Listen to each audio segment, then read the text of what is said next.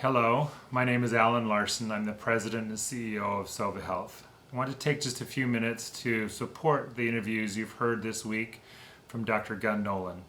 Here at Sovah Health, we are, like other communities around the country, seeing a resurgence of the COVID pandemic spreading into our community as well.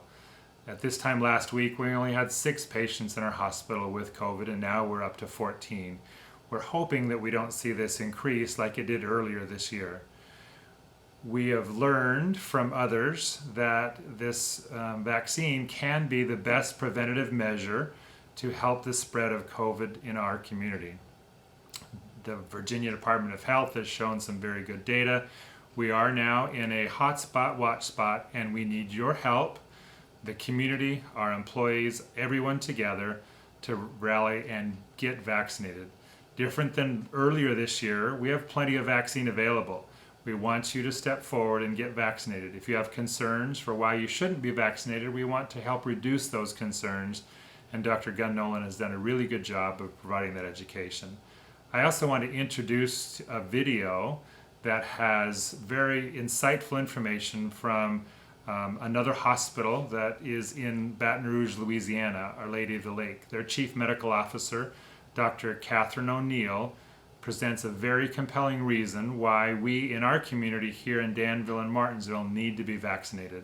We need to save our patient beds, our hospital beds, for people who need them for strokes or heart attack or car crashes.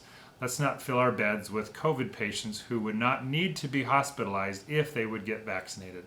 So please watch this video and take action to get vaccinated as quickly as you can. Thank you.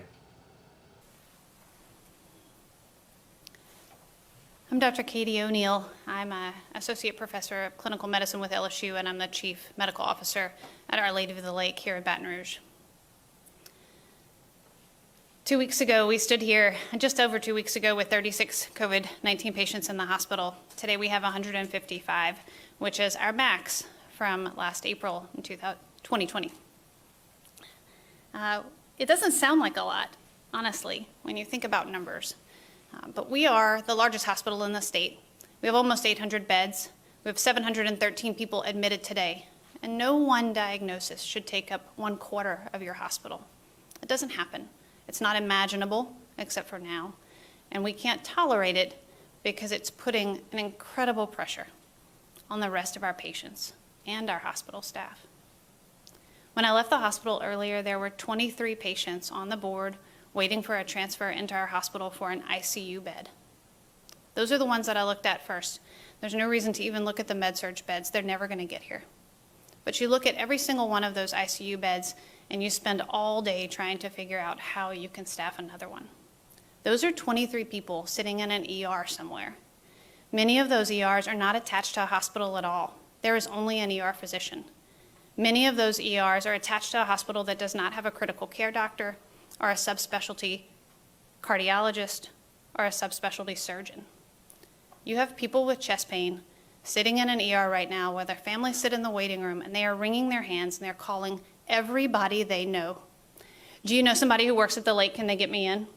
Do you know somebody who works at Oxnard? Can they get me in? And they will do that for days. And that patient will lose muscle, they will lose years of their life, but they will stay in that ER because there are no more beds left. Those 23 patients are a glimpse of what we have been doing for the last 2 weeks while we have been trying to get everybody vaccinated. And it's not helping enough because it's not happening fast enough. And when you come inside our walls, it is quite obvious to you that these are the darkest days of this pandemic. We are no longer giving adequate care to patients. That has also stopped. And you heard from each of these physicians that we no longer think we're giving adequate care to anybody because these are the darkest days of the pandemic. How do I get those patients to this hospital? How do I open beds? Vaccination is going to get us there, but it will not get us there fast enough, and we will lose our friends and our colleagues because of it. But if we put on our masks, as we've done through the last several surges, we will see a decrease in hospitalizations again, and that will give us time for the vaccinated to work. Those who got vaccinated in the last 2 weeks already have protection, and I doubt that I will ever see them in our hospital due to COVID-19. And if you get vaccinated today and you mask up, I doubt that I'll ever see you. Yesterday, I drove down 190, which is one of my favorite drives. And we got to see some rice being cut, which my father's a farmer, so that is one of my favorite scenes. We drove behind some people who were driving motorcycles, and it was the end of the day, so it was tolerable. We drove past some kids who were on their four-wheelers. Looked like they were having a great time. Usually that is an incredibly enjoyable drive, and all I could think about was that I have seen people in four-wheeler accidents and motorcycle accidents and farming accidents in the last 2 weeks who sat in their ERs in their small towns. Those are my people. Those are your family members. And when they get maimed today, they're not coming to a trauma center because there are no more beds. We have 67 empty beds in our hospital because we can't find any staff. We have a federal unit on the ground who usually I meet at the PMAC during a hurricane, but now they're inside our hospital and we can't even open beds with them because so many of our staff are out with COVID-19. We are out of things in our pocket to open beds. We need you to open our beds for us.